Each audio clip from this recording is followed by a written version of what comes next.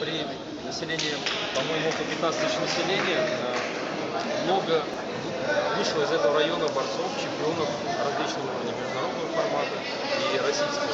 Поэтому, наверное, самый правильный был выбор поставлен, что для взращивания новых чемпионов делать им показательное мероприятие, которое даст им некий ориентир в будущее. Скажите, пожалуйста, почему все-таки возобновляющее большинство спортсменов из стран бывшего СНГ? Как вообще дела планируются в этой моменте?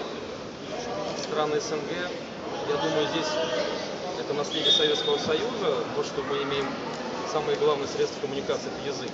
И поэтому развитие, которое началось в России, оно быстро расширяет свои границы, в первую очередь, в странах СНГ. В мире на данный момент у нас больше 60 федераций, 3 континентальных федерации, которые уже действуют, проводятся континентальные соревнования, чемпионаты Азии, чемпионаты Европы, чемпионаты Америки.